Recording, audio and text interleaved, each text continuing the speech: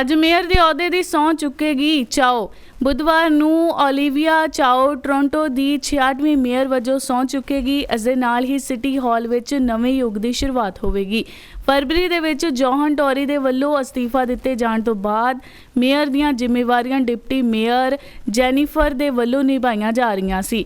ਹੁਣ ਮੈਕਲਮ ਵੀ ਇਹਨਾਂ ਜ਼ਿੰਮੇਵਾਰੀਆਂ ਅਸਲ ਮੇਅਰ ਨੂੰ ਸੌਂਪਣ ਦੇ ਲਈ ਤਿਆਰ ਹੈ। ਮੰਗਲਵਾਰ ਨੂੰ ਟੋਰਾਂਟੋ ਵਿੱਚ ਇੱਕ ਈਵੈਂਟ ਦੌਰਾਨ ਚਾਓ ਨੇ ਆਖਿਆ ਹੈ ਕਿ ਉਹ ਸਾਰਿਆਂ ਨੂੰ ਇੱਕੋ ਸੁਨੇਹਾ ਦੇਣਾ ਚਾਹੁੰਦੀ ਹੈ, ਆਓ ਸਾਰੇ ਰਲ ਮਿਲ ਕੇ ਕੰਮ ਕਰੀਏ, ਇਕਜੁੱਟ ਹੋ ਕੇ ਕੰਮ ਕਰਨ ਦੇ ਨਾਲ ਅਸੀਂ ਮਜ਼ਬੂਤ ਹੋਵਾਂਗੇ। ਉਹਨਾਂ ਨੇ ਆਖਿਆ ਕੰਮ ਕਰਨ ਦੇ ਲਈ ਉਹਨਾਂ ਨੂੰ ਹੋਰ ਉਡੀਕ ਨਹੀਂ ਹੋ ਰਹੀ ਹੈ। ਆਲੋਚਕਾਂ ਦੇ ਵੱਲੋਂ ਆਖਿਆ ਗਿਆ ਹੈ ਕਿ ਚਾਓ ਦੀ ਕੈਂਪੇਨ ਦੇ ਵਿੱਚ ਨੀਤੀ ਸੰਬੰਧੀ ਪੂਰੇ ਵੇਰਵੇ ਨਹੀਂ ਦਿੱਤੇ ਗਏ ਹਨ, ਪਰ ਚਾਓ ਦੇ ਵੱਲੋਂ ਵੱਡੇ ਪੱਧਰ ਉੱਤੇ ਤਬਦੀਲੀ ਲਿਆਉਣ ਦੀ ਗੱਲ ਕੀਤੀ ਜਾ ਰਹੀ ਹੈ। ਇਸ ਦੇ ਨਾਲ ਹੀ ਟੋਰਾਂਟੋ ਵਿੱਚ ਵਧੇਰੇ ਕਫੈਤੀ ਅਤੇ ਵਧੇਰੇ ਕੇਅਰਿੰਗ ਬਣਾਉਣ ਦਾ ਦਾਅਵਾ ਵੀ ਚਾਓ ਦੇ ਵੱਲੋਂ ਕੀਤਾ ਜਾ ਰਿਹਾ ਹੈ। ਇਸੇ ਦੌਰਾਨ ਉਹਨਾਂ ਨੇ ਆਖਿਆ ਹੈ ਕਿ ਪ੍ਰੋਵਿੰਸ ਅਤੇ ਫੈਡਰਲ ਸਰਕਾਰ ਦੀ ਵਾਧੂ ਮਦਦ ਤੋਂ ਬਿਨਾਂ 2024 ਵਿੱਚ ਔਖੇ ਫੈਸਲੇ ਲੈਣੇ ਪੈਣਗੇ। ਗੱਲ ਕਰਾਂਗੇ ਅਗਲੀ ਖਬਰ ਬਾਰੇ। ਗੱਡੀ ਵੱਲੋਂ ਟੱਕਰ ਮਾਰੀ ਜਾਣ ਦੇ ਕਾਰਨ 2 ਮਹਿਲਾਵਾਂ ਜ਼ਖਮੀ। ਮੰਗਲਵਾਰ ਰਾਤ ਨੂੰ ਟੋਰਾਂਟੋ ਦੇ ਐਲੇਂਗਨ ਵੈਸਟ ਏਰੀਆ ਦੇ ਵਿੱਚ ਗੱਡੀ ਵੱਲੋਂ ਟੱਕਰ ਮਾਰੇ ਜਾਣ ਦੇ ਕਾਰਨ 2 ਮਹਿਲਾ ਜ਼ਖਮੀ ਹੋ ਗਈਆਂ। 2 ਰਾਹਗੀਰਾਂ ਨੂੰ ਗੱਡੀ ਦੇ ਵੱਲੋਂ ਟੱਕਰ ਮਾਰੇ ਜਾਣ ਦੀਆਂ ਖਬਰਾਂ ਮਿਲਣ ਤੋਂ ਬਾਅਦ ਰਾਤੀ 8:30 ਵਜੇ ਦੇ ਨੇੜੇ-ਤੇੜੇ ਟੋਰਾਂਟੋ ਪੁਲਿਸ ਉਸ ਏਰੀਆ ਦੇ ਵਿੱਚ ਪੁੱਜੀ ਅਤੇ ਉੱਥੇ ਇਨਵੈਸਟੀਗੇਸ਼ਨ ਕਰਨੀ ਸਟਾਰਟ ਕੀਤੀ। ਦੋਵੇਂ ਮਹਿਲਾਵਾਂ ਵਿੱਚੋਂ ਇੱਕ ਦੀ ਹਾਲਤ ਗੰਭੀਰ ਦੱਸੀ ਜਾਂਦੀ ਹੈ ਤੇ ਦੂਜੀ ਦੀ ਸਥਿਰ ਦੱਸੀ ਜਾਂਦੀ ਹੈ। ਡਰਾਈਵਰ ਵੀ ਮੌਕੇ ਤੇ ਹੀ ਮੌਜੂਦ ਰਿਹਾ ਤੇ ਜਾਂਚ ਦੇ ਨਾਲ ਪੂਰਾ ਸਹਿਯੋਗ ਕਰਦਾ ਰਿਹਾ। ਦੂਜੀ ਮਹਿਲਾ ਨੂੰ ਜ਼ਿਆਦਾ ਗੰਭੀਰ ਸੱਟਾਂ ਨਹੀਂ ਲੱਗੀਆਂ ਹਨ। ਇਸੇ ਸਮੇਂ ਜਾਂਚ ਦੀ ਐਵੇਨਿਊ ਵੈਸਟ ਨੂੰ ਕੀਲ ਸਟਰੀਟ ਅਤੇ ਕੈਲੀਡੋਨੀਆ ਰੋਡ ਦੇ ਦਰਮਿਆਨ ਬੰਦ ਕਰ ਦਿੱਤਾ ਗਿਆ। ਗੱਲ ਕਰਾਂਗੇ ਅਗਲੀ ਖਬਰ ਬਾਰੇ। ਬਰੈਂਪਟਨ ਨੇਬਰਹੁੱਡ ਐਸੋਸੀਏਸ਼ਨ ਗਾਈਡ ਹੁਣ ਹੋਵੇਗੀ ਉਪਲਬਧ। ਨਵੀਂ ਗ੍ਰਾਂਟ ਦੀ ਹੋਈ ਮਨਜ਼ੂਰੀ। ਬੀਤੇ ਦਿਨੀ ਕਮੇਟੀ ਆਫ ਕਾਉਂਸਲ ਦੀ ਹੋਈ ਮੀਟਿੰਗ ਵਿੱਚ ਨਵੇਂ ਨੇਬਰਹੁੱਡ ਐਸੋਸੀਏਸ਼ਨ ਗਾਈਡ ਨੂੰ ਮਨਜ਼ੂਰੀ ਦਿੱਤੀ ਗਈ। ਇਸੇ ਦੌਰਾਨ ਯੋਗ ਗਰੁੱਪਸ ਅਤੇ ਪ੍ਰੋਜੈਕਟਸ ਦੇ ਲਈ $1500 ਦੀ ਨਵੀਂ ਗ੍ਰਾਂਟ ਨੂੰ ਵੀ ਮਨਜ਼ੂਰੀ ਦਿੱਤੀ ਗਈ। ਇਸ ਗਾਈਡ ਵਿੱਚ ਰੈਜ਼ੀਡੈਂਟਸ ਨੂੰ ਇਹ ਜਾਣਕਾਰੀ ਦਿੱਤੀ ਗਈ ਹੈ ਕਿ ਕਿਸ ਤਰ੍ਹਾਂ ਆਪਣੀਆਂ ਨੇਬਰਹੁੱਡ ਐਸੋਸੀਏਸ਼ਨ ਬਣਾਈਆਂ ਜਾਣ, ਕਿਸ ਤਰ੍ਹਾਂ ਕਮਿਊਨਿਟੀ ਦੀ ਭਾਵਨਾ ਪੈਦਾ ਕੀਤੀ ਜਾਵੇ, ਕਿਵੇਂ ਬਰੈਂਪਟਨ ਦੀ ਵਿਭਿੰਨਤਾ ਵਿੱਚ ਸੁਧਾਰ ਕੀਤਾ ਜਾਵੇ।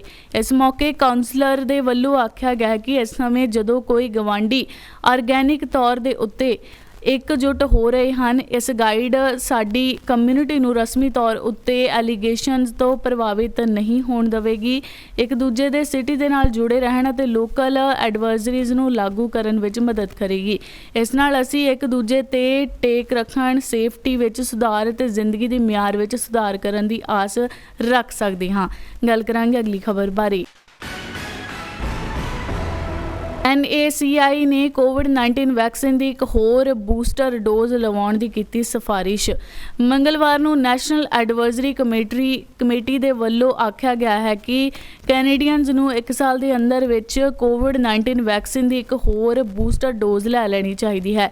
ਉਹਨਾਂ ਨੇ ਇਹ ਵੀ ਆਖਿਆ ਹੈ ਕਿ ਇਹ ਡੋਜ਼ ਉਦੋਂ ਲਈ ਜਾਵੇ ਜਦੋਂ ਪਿਛਲੀ ਡੋਜ਼ ਲਈ ਨੂੰ 6 ਮਹੀਨੇ ਦਾ ਸਮਾਂ ਹੋ ਚੁੱਕਿਆ ਹੋਵੇ। ਇੱਕ ਬਿਆਨ ਦੇ ਵਿੱਚ ਜਾਰੀ ਅਪਡੇਟ 'ਚ ਇਹ ਵੀ ਆਖਿਆ ਗਿਆ ਹੈ ਕਿ ਕੋਵਿਡ-19 ਇਹ ਬੂਸਟਰ ਡੋਜ਼ SARS-CoV-2 ਵੇਰੀਐਂਟਸ ਤੋਂ ਬਚਾਉਂਦੀ ਹੈ। ਫਾਈਜ਼ਰ ਅਤੇ ਬਾਇਓਐਨਟੈਕ ਦੇ ਮੋਡਰਨਾ ਦੇ ਵੱਲੋਂ ਹੈਲਥ ਕੇਅਰ ਦੇ ਵੱਲੋਂ ਮਨਜ਼ੂਰੀ ਪ੍ਰਾਪਤ mRNA ਕੋਵਿਡ-19 ਵੈਕਸੀਨਸ ਦੀ ਨਵੀਂ ਇੱਕ ਫਾਰਮੈਟ ਹਾਸਲ ਕਰਨ ਦੀ ਪ੍ਰਕਿਰਿਆ ਸ਼ੁਰੂ ਕਰ ਦਿੱਤੀ ਹੈ। ਤੁਹਾਨੂੰ ਦੱਸ ਦਈਏ ਕਿ ਇਹ ਸਿਫਾਰਿਸ਼ ਕੀਤੀ ਜਾ ਰਹੀ ਹੈ ਜਿਸ ਕਰਕੇ ਵੀ ਉਮਰ 5 ਸਾਲ ਅਤੇ ਇਸ ਤੋਂ ਵੱਧ ਹੈ, ਉਹਨਾਂ ਦੀ ਵੈਕਸੀਨੇਸ਼ਨ ਦੀ ਕਾਰਵਾਈ ਨਹੀਂ ਕੀਤੀ ਗਈ। ਉਹਨਾਂ ਨੂੰ mRNA ਵੈਕਸੀਨੇਸ਼ਨ ਦੀਆਂ ਮੁੱਢਲੀਆਂ 2 ਡੋਜ਼ਾਂ ਲਵਾਉਣੀਆਂ ਚਾਹੀਦੀਆਂ ਹਨ। ਅੱਗੇ ਹੀ ਉਹ ਆਖਦੇ ਹਨ ਕਿ ਆਪਣੇ ਬਿਆਨਾਂ ਦੇ ਵਿੱਚ ਇਸ ਸਾਲ ਦੇ ਅੰਤ ਵਿੱਚ ਇਮੀਗ੍ਰੇਸ਼ਨ ਅਤੇ ਇੰਸਟੀਟਿਊਟ ਉਹਨਾਂ ਦੀਆਂ ਖਾਸ ਤੌਰ ਉੱਤੇ ਜ਼ਰੂਰੀ ਹਨ ਜਿਨ੍ਹਾਂ ਨੂੰ ਕੋਵਿਡ-19 ਇਨਫੈਕਸ਼ਨ ਜਾਂ ਫਿਰ ਖਤਰਨਾਕ ਬਿਮਾਰੀ ਹੋਣ ਦਾ ਜ਼ਿਆਦਾ ਡਰ ਹੈ। ਗੱਲ ਕਰਾਂਗੇ ਅਗਲੀ ਖਬਰ ਬਾਰੇ। ਅਮਰੀਕਾ ਕੋਲ ਦੁਨੀਆ ਦੀ ਸਭ ਤੋਂ ਸ਼ਕਤੀਸ਼ਾਲੀ ਫੌਜ, ਪਾਕਿਸਤਾਨ 7ਵੇਂ ਨੰਬਰ ਤੇ। ਜਾਣੋ ਭਾਰਤ ਦੀ ਰੈਂਕਿੰਗ। ਗਲੋਬਲ ਰੱਖਿਆ ਜਾਣਕਾਰੀ ਦੀ ਨਿਗਰਾਨੀ ਕਰਨ ਵਾਲੀ ਇੱਕ data website global fire power ਨੇ ਦੁਨੀਆ ਦੇ ਸਭ ਤੋਂ ਸ਼ਕਤੀਸ਼ਾਲੀ ਸੈਨਿਕ ਦੀ ਸੂਚੀ ਤਿਆਰ ਕੀਤੀ ਹੈ। ਗਲੋਬਲ ਫਾਇਰ ਪਾਵਰ ਦੇ ਅਨੁਸਾਰ ਅਮਰੀਕਾ ਕੋਲ ਦੁਨੀਆ ਦੀ ਸਭ ਤੋਂ ਮਜ਼ਬੂਤ ਫੌਜੀ ਸ਼ਕਤੀ ਹੈ। ਇਸ ਸੂਚੀ 'ਚ ਜਿੱਥੇ ਰੂਸ ਦੂਜੇ ਅਤੇ ਚੀਨ ਤੀਜੇ ਨੰਬਰ 'ਤੇ ਹੈ, ਉੱਥੇ ਹੀ ਭਾਰਤ ਨੇ ਚੌਥਾ ਸਥਾਨ ਆਪਣੀ ਪਕੜ ਬਰਕਰਾਰ ਰੱਖੀ ਹੈ। ਗਲੋਬਲ ਫਾਇਰ ਪਾਵਰ ਦੇ ਦੁਆਰਾ ਜਾਰੀ ਕੀਤੀ ਗਈ ਮਿਲਟਰੀ ਸਟਰੈਂਥ ਲਿਸਟ ਦੇ ਵਿੱਚ 2023 'ਚ ਦੁਨੀਆ ਦੇ ਸਭ ਤੋਂ ਕਮਜ਼ੋਰ ਫੌਜੀ ਬਲਾਂ ਦੇ ਵੱਲੇ ਦੇਸ਼ ਵੀ ਸ਼ਾਮਿਲ ਹੁੰਦੇ ਹਨ, ਜਿਸ ਵਿੱਚ ਭੂਟਾਨ, ਆਈਸਲੈਂਡ ਵੀ ਸ਼ਾਮਿਲ ਹਨ। ਇਹਨਾਂ ਦਾ ਮੁਕੱਲਣ 60 ਤੋਂ ਵੱਧ ਕਾਰਕਾਂ ਤੇ ਕੀਤਾ ਗਿਆ ਹੈ। ਗਲੋਬਲ ਫਾਇਰ ਪਾਵਰ ਨੇ ਆਖਿਆ ਹੈ ਕਿ ਫੌਜੀ ਇਕਾਈਆਂ ਦੀ ਇਮਾਰਤ ਅਤੇ ਵਿੱਤੀ ਸਹਾਇਤਾ ਨੂੰ ਲੈ ਕੇ ਇਹਨਾਂ ਦੀ ਸਮਰੱਥਾਵਾਂ ਭੂਗੋਲਿਕ ਸਥਿਤੀ ਤੱਕ ਦੀਆਂ ਸ਼੍ਰੇਣੀਆਂ ਦੇ ਨਾਲ ਹਰੇਕ ਦੇਸ਼ ਨੂੰ ਅੰਕ ਦਿੱਤੇ ਗਏ ਹਨ। ਡਾਟਾ ਵੈਬਸਾਈਟ ਨੇ ਆਖਿਆ ਹੈ ਕਿ ਸਾਡੇ ਵਿਲੱਖਣ ਇਨ ਹਾਊਸ ਫਾਰਮੂਲਾ ਛੋਟੇ ਅਤੇ ਵਧੇਰੇ ਤਕਨੀਕੀ ਤੌਰ ਉੱਤੇ ਉੱਨਤ ਦੇਸ਼ਾਂ ਨੂੰ ਵੱਡੀਆਂ ਅਤੇ ਘੱਟ ਵਿਕਸਿਤ ਸ਼ਕਤੀਆਂ ਦੇ ਨਾਲ ਮੁਕਾਬਲਾ ਕਰਨ ਦੀ ਇਜਾਜ਼ਤ ਦਿੰਦਾ ਹੈ। ਵਿਸ਼ੇਸ਼ ਸੋਕ ਬੋਨਸ ਅਤੇ ਜੁਰਮਾਨੇ ਦੇ ਰੂਪ ਵਿੱਚ ਸੂਚੀ ਨੂੰ ਹੋਰ ਸੁਧਾਰ ਜਾਰੀ ਕਰਨ ਦੇ ਲਈ ਲਾਗੂ ਕੀਤਾ ਜਾਂਦਾ ਹੈ। ਇਸ ਨੂੰ ਹਰ ਸਾਲ ਕੰਪਲੈਕਸ ਕੀਤਾ ਜਾਂਦਾ ਹੈ। ਰੁਝਾਨ ਜ਼ਰੂਰੀ ਤੌਰ ਤੇ ਘਟਦੀ ਸ਼ਕਤੀ ਨੂੰ ਦਰਸਾਉਂਦਾ ਨਹੀਂ ਹੈ, ਕਿਉਂਕਿ GFP ਫਾਰਮੂਲੇ ਵਿੱਚ ਤਬਦੀਲੀ ਵੀ ਜ਼ਿੰਮੇਵਾਰ ਤੋਂ ਹੋ ਸਕਦੀ ਹੈ। ਗੱਲ ਕਰਾਂਗੇ ਅਗਲੀ ਖਬਰ ਬਾਰੇ।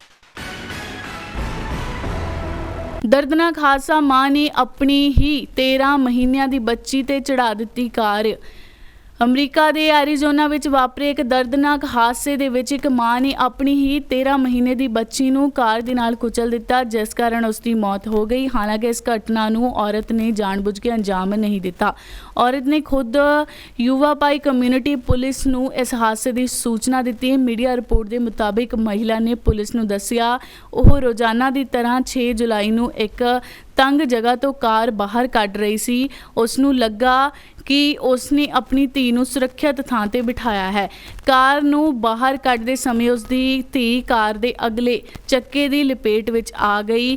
ਇਸੇ ਕਾਰਨ ਬੱਚੀ ਗੰਭੀਰ ਰੂਪ 'ਚ ਜ਼ਖਮੀ ਹੋ ਗਈ। ਇਸ ਹਾਦਸੇ ਦੇ ਮਗਰੋਂ ਬੱਚੀ ਨੂੰ ਤੁਰੰਤ ਨਜ਼ਦੀਕੀ ਹਸਪਤਾਲ ਪਹੁੰਚਾਇਆ ਗਿਆ, ਜਿੱਥੇ ਡਾਕਟਰਾਂ ਨੇ ਉਸ ਨੂੰ ਬਚਾਉਣ ਦੀ ਬਹੁਤ ਕੋਸ਼ਿਸ਼ ਕੀਤੀ। ਉਹ ਬੱਚੀ ਨੂੰ ਬਚਾਉਣ ਵਿੱਚ ਅਸਫਲ ਰਹੇ।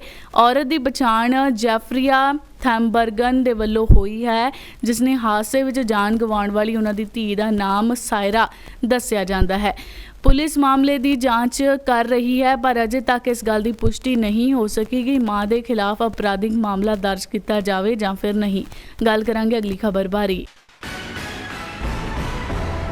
ਫਿਨਲੈਂਡ ਦੀ ਹਾਕੀ ਟੀਮ 'ਚ 7 ਪੰਜਾਬੀ ਖਿਡਾਰੀਆਂ ਦੀ ਹੋਈ ਚੋਣ। ਰੇਕੀ ਦੇ ਸ਼ਹਿਰ ਅਲਾਨੀਆ ਦੇ ਵਿੱਚ ਖੇਡੀ ਜਾ ਰਹੀ ਅੰਡਰ 18 ਚੈਂਪੀਅਨਸ਼ਿਪ ਦੇ ਵਿੱਚ ਫਿਨਲੈਂਡ ਦੀ ਟੀਮ 'ਚ 7 ਪੰਜਾਬੀ ਮੂਲ ਦੇ ਖਿਡਾਰੀ ਖੇਡਦੇ ਹੋਏ ਨਜ਼ਰ ਆਉਣਗੇ, ਜਿਨ੍ਹਾਂ 'ਚ ਫਰਾਂਸ, ਬਲਗੇਰੀਆ, ਕੋਰੇਸ਼ੀਆ, ਯੂਕਰੇਨ ਅਤੇ ਮੇਜ਼ਬਾਨ ਤੁਰਕੀ ਦੀਆਂ ਟੀਮਾਂ ਹਿੱਸਾ ਲੈਣਗੀਆਂ।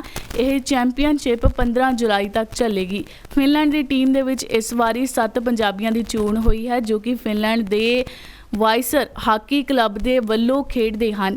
ਕੌਮੀ ਟੀਮ ਦੇ ਵਿੱਚ ਚੁਣੇ ਗਏ ਖਿਡਾਰੀ ਜੋਬਨਵੀਰ ਸਿੰਘ ਖਹਿਰਾ, ਗੁਰਦਿੱਤ ਸਿੰਘ ਗਿੱਲ, ਮਨਰਾਜ ਸਿੰਘ ਸਹੋਤਾ, ਅਦਿੱਤ ਫੁੱਲ, ਆਰੀਅਨ ਅਤੇ ਐਰਿਕ ਬੇਨੀ ਅਤੇ ਅਰਜੁਨਜੀਤ ਸਿੰਘ ਹਨ। ਇਹਨਾਂ ਦੇ ਵਿੱਚੋਂ ਕਈ ਖਿਡਾਰੀ ਪਹਿਲਾਂ ਵੀ 16 ਤੇ 21 ਸਾਲ ਵਰਗ ਦੇ ਫਿਨਲੈਂਡ ਵੱਲੋਂ ਖੇਡੇ ਜਾ ਚੁੱਕੇ ਹਨ। ਜ਼ਿਕਰਯੋਗ ਹੈ ਕਿ ਅਰਜਨਜੀਤ ਸਿੰਘ ਮਹਿਜ 14 ਸਾਲਾਂ ਦੀ ਉਮਰ ਵਿੱਚ ਫਿਨਲੈਂਡ ਦੇ ਕੌਮੀ ਟੀਮ ਦੇ ਲਈ ਆਪਣਾ ਪਹਿਲਾ ਅੰਤਰਰਾਸ਼ਟਰੀ ਮੈਚ ਖੇਡੇਗਾ। ਇਹਨਾਂ ਖਿਡਾਰੀਆਂ ਦੇ ਕੌਮੀ ਟੀਮ ਵਿੱਚ ਸ਼ਾਮਿਲ ਹੋਣ ਤੇ ਫਿਨਲੈਂਡ 'ਚ ਵਸਦਾ ਸਾਰਾ ਭਾਰਤੀ ਅਤੇ ਪੰਜਾਬੀ ਭਾਈਚਾਰਾ ਮਾਣ ਮਹਿਸੂਸ ਕਰ ਰਿਹਾ ਹੈ। ਗੱਲ ਕਰਾਂਗੇ ਅਗਲੀ ਖਬਰ ਬਾਰੇ। ਆਸਟ੍ਰੇਲੀਆ ਤੋਂ ਆਈ ਮੰਦਭਾਗੀ ਖਬਰ, 28 ਸਾਲਾ ਪੰਜਾਬੀ ਗੱਭਰੂ ਦੀ ਹਾਦਸੇ 'ਚ ਹੋਈ ਮੌਤ। ਵਿਦੇਸ਼ ਤੋਂ ਆਈ ਪੰਜਾਬੀ ਦੀ ਮੌਤ ਦੀ ਖਬਰ ਸਾਹਮਣੇ ਆਉਂਦੇ ਹੀ ਜਿਸ ਤਰ੍ਹਾਂ ਭਾਈਚਾਰੇ ਦੇ ਵਿੱਚ ਚਿੰਤਾ ਵੱਧ ਰਹੀ ਹੈ, ਹੁਣ ਇੱਕ ਹੋਰ ਤਾਜ਼ਾ ਮਾਮਲਾ ਦੱਖਣੀ ਆਸਟ੍ਰੇਲੀਆ ਦੇ ਸ਼ਹਿਰ ਤੋਂ ਸਾਹਮਣੇ ਆਇਆ ਹੈ। ਦਰਅਸਲ ਚੰਗੇ ਭਵਿੱਖ ਦੇ ਲਈ ਆਸਟ੍ਰੇਲੀਆ ਗਏ 28 ਸਾਲਾ ਪੰਜਾਬੀ ਨੌਜਵਾਨ ਗਗਨਦੀਪ ਸਿੰਘ ਬੀਤੀ 7 ਜੁਲਾਈ ਨੂੰ ਵਾਪਰੇ ਇੱਕ ਹਾਦਸੇ ਦੇ ਵਿੱਚ ਮੌਤ ਦੇ ਹੋ ਜਾਣ ਦੇ ਕਾਰਨ ਮੰਦਭਾਗੀ ਖਬਰ ਸਾਹਮਣੇ ਆਈ ਹੈ।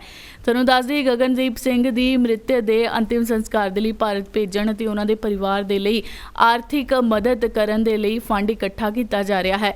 GoFundMe ਪੇਜ ਦੇ ਉੱਤੇ ਗਗਨਦੀਪ ਸਿੰਘ ਦੇ ਮਾਪਿਆਂ ਦਾ ਇਕਲੌਤਾ ਪੁੱਤਰ ਸੀ। ਮੀਡੀਆ ਰਿਪੋਰਟਾਂ ਦੇ ਅਨੁਸਾਰ ਗਗਨਦੀਪ ਸਿੰਘ ਬੱਸ ਡਰਾਈਵਰ ਸੀ। 7 ਜੁਲਾਈ ਨੂੰ ਉਹ ਕੋਰਨੀਆ ਸਟਰੀਟ ਤੇ ਬੱਸ ਪਾਰਕ ਕਰਕੇ ਬਾਹਰ ਨਿਕਲਿਆ, ਪੈਦਲ ਚੱਲਣ ਲੱਗਾ। ਇਸੇ ਦੌਰਾਨ ਪਿੱਛੇੋਂ ਬੱਸ ਰਿੜ ਪਈ, ਜਿਸ ਕਾਰਨ ਗਗਨਦੀਪ ਬੱਸ ਦੇ ਹੇਠਾਂ ਆ ਗਿਆ। ਉੱਥੇ ਹੀ ਇਸ ਹਾਦਸੇ ਦੀ ਸੂਚਨਾ ਮਿਲਦੇ ਪੁਲਿਸ ਅਤੇ ਪੈਰਾਮੈਡੀਕਲ ਟੀਮ ਮੌਕੇ ਤੇ ਪਹੁੰਚੀ। ਗਗਨਦੀਪ ਦਾ ਮੌਕੇ ਤੇ ਇਲਾਜ ਕਰਨ ਤੋਂ ਬਾਅਦ ਉਹਨਾਂ ਨੂੰ ਜ਼ਖਮੀ ਹਾਲਾਤਾਂ 'ਚ ਹਸਪਤਾਲ ਲਿਜਾਇਆ ਗਿਆ, ਜਿੱਥੇ ਉਸ ਨੂੰ ਮ੍ਰਿਤਕ ਐਲਾਨ ਕੀਤਾ ਗਿਆ। ਗੱਲ ਕਰਾਂਗੇ ਅਗਲੀ ਖਬਰ ਬਾਰੇ। ਬੱਚਿਆਂ ਨੂੰ ਸੁਰੱਖਿਅਤ ਨਹੀਂ, ਪਾਕਿਸਤਾਨ ਦੇ ਵਿੱਚ ਹੁਣ ਕਰਾਚੀ 'ਚ ਨਾਬਾਲਿਗ ਲੜਕੀਆਂ ਦੇ ਨਾਲ ਹੋ ਰਿਹਾ ਹੈ ਜਬਰ ਜਨਾਹ। ਪਾਕਿਸਤਾਨ ਵਿੱਚ ਬੱਚਿਆਂ ਦੀ ਸੁਰੱਖਿਆ ਚਿੰਤਾ ਦਾ ਵਿਸ਼ਾ ਬਣੀ ਹੋਈ ਹੈ। ਤਾਜ਼ਾ ਮਾਮਲਾ ਕਰਾਚੀ ਦੇ ਵਿੱਚ ਇੱਕ ਹਾਊਸਿੰਗ ਸੁਸਾਇਟੀ ਦੇ ਵਿੱਚ ਇੱਕ ਨਾਬਾਲਿਗ ਲੜਕੀ ਦੇ ਨਾਲ ਕਥਿਤ ਤੌਰ ਉੱਤੇ ਜਬਰ ਜਨਾਹ ਕੀਤਾ ਗਿਆ। ARY ਨਿਊਜ਼ ਨੇ ਮੰਗਲਵਾਰ ਨੂੰ ਇਸ ਸੰਬੰਧੀ ਜਾਣਕਾਰੀ ਦਿੱਤੀ। ਇਹ ਜਬਰ ਜਨਾਹ ਸਲਚਨ ਥਾਣੇ ਦੇ ਆਸ-ਪਾਸ ਪੈਂਦੇ ਵਾਈਟ ਹਾਊਸ ਇਲਾਕੇ ਦੇ ਵਿੱਚ ਹੋਇਆ ਹੈ। ਪੀੜਤ ਦੀ ਮਾਂ ਨੇ ਸ਼ਿਕਾਇਤ ਤੇ ਪੁਲਿਸ ਨੇ ਮਾਮਲਾ ਦਰਜ ਕਰਾ ਕੇ ਦੋਸ਼ੀ ਨੂੰ ਗ੍ਰਿਫਤਾਰ ਕਰ ਲਿਆ। ARI ਦੇ ਵੱਲੋਂ ਦੱਸਿਆ ਗਿਆ ਹੈ ਕਿ ਕੁਝ ਮਜ਼ਦੂਰ ਅਗਲੇ ਘਰ ਵਿੱਚ ਕੰਮ ਕਰ ਰਹੇ ਸਨ। ਜਦੋਂ ਕੁੜੀ ਜੋ ਕਿ 7ਵੀਂ ਜਮਾਤ ਦੀ ਵਿਦਿਆਰਥਣ ਸੀ, ਉਸ ਨੂੰ ਚਾਹ ਦੇਣ ਗਈ। ਕੁਝ ਦੇਰ ਬਾਅਦ ਉਹ ਘਰ ਆਈ ਤਾਂ ਉਹ ਰੋਂਦੀ ਹੋਈ ਦਿਖਾਈ ਦਿੱਤੀ। ਕੁੜੀ ਨੇ ਆਪਣੀ ਮਾਂ ਨੂੰ ਇੱਕ ਵਿਅਕਤੀ ਦੇ ਦੁਆਰਾ ਉਸ ਦੇ ਨਾਲ ਕੁਝ ਅਸ਼ਲੀਲ ਹਰਕਤਾਂ ਕਰਨ ਦੀ ਸ਼ਿਕਾਇਤ ਕੀਤੀ। ਪੁਲਿਸ ਨੇ ਦੱਸਿਆ ਹੈ ਕਿ ਮੈਡੀਕਲ ਰਿਪੋਰਟ ਆਉਣ ਤੋਂ ਬਾਅਦ ਇਸ ਮਾਮਲੇ ਦੀ ਅਗਲੀ ਕਾਰਵਾਈ ਕੀਤੀ ਜਾਵੇਗੀ। ਇਸੇ ਨਿਊਜ਼ ਦੇ ਵਿੱਚ ਹੋਰ ਵੀ ਚੀਜ਼ ਦੱਸਦੀ ਹੈ ਕਿ ਇਸ ਤੋਂ ਪਹਿਲਾਂ ਜੂਨ ਦੇ ਵਿੱਚ ਫਾਸਿਲਾਬਾਦ ਦੇ ਵਿੱਚ ਕਾਨੂੰਨ ਦੀ ਇੱਕ ਵਿਦਿਆਰਥਣ ਦੇ ਨਾਲ ਉਸ ਦੇ ਸਹਿਪਾਠੀ ਦੇ ਦੁਆਰਾ ਕਥਿਤ ਤੌਰ ਉੱਤੇ ਜਬਰ ਜਨਾਹ ਕੀਤਾ ਗਿਆ ਸੀ। ਪੁਲਿਸ ਦੇ ਮੁਤਾਬਿਕ ਸਥਾਨਿਕ ਲਾਅ ਕਾਲਜ ਦੇ ਵਿੱਚ ਪੜ੍ਹ ਰਹੀ LLB ਭਾਗ ਤੀਜੇ ਦੀ ਵਿਦਿਆਰਥਣ ਦੇ ਨਾਲ ਉਸ ਸਮੇਂ ਸਹਿਪਾਠੀ ਨੇ ਕਈ ਵਾਰੀ ਛੇੜਛਾੜ ਕੀਤੀ, ਜੋ ਕਿ ਉਸ ਨੂੰ ਅਸ਼ਲੀਲ ਤਸਵੀਰਾਂ ਦੇ ਨਾਲ ਬਲੈਕਮੇਲ ਵੀ ਕਰ ਰਿਹਾ ਸੀ। ਗੱਲ ਕਰਾਂਗੇ ਅਗਲੀ ਖਬਰ ਬਾਰੇ। ਪਾਕਿਸਤਾਨ ਦੇ TTP ਦੇ ਗੜ੍ਹ ਦੇ ਵਿੱਚ ਬਣਾਇਆ ਜਾਵੇਗਾ ਮੰਦਿਰ, ਹਿੰਦੂ ਭਾਈਚਾਰੇ ਦੇ ਵਿੱਚ ਹੋਈ ਖੁਸ਼ੀ ਦੀ ਲਹਿਰ।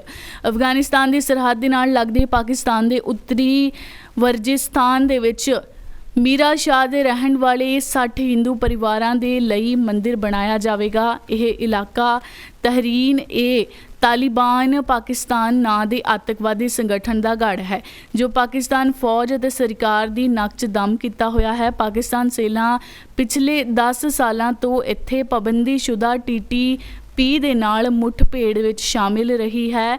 ਮੀਰਾ ਸ਼ਾਹ ਦੇ ਵਿੱਚ TTP ਦੀ ਸਮਾਂਤਰ ਸਰਕਾਰ ਨੂੰ ਵੀ ਮੰਦਿਰ ਦੀ ਉਸਾਰੀ ਤੇ ਕੋਈ ਇਤਰਾਜ਼ ਨਹੀਂ ਹੈ। ਉੱਤਰੀ ਵਰਜਿਸਤਾਨ ਦੇ ਸੰਸਦ ਮੈਂਬਰ ਨੇ ਆਖਿਆ ਹੈ ਕਿ ਮੰਦਿਰ ਲਈ ਜ਼ਮੀਨ ਦੀ ਚੋਣ ਕਰ ਲਈ ਗਈ ਹੈ।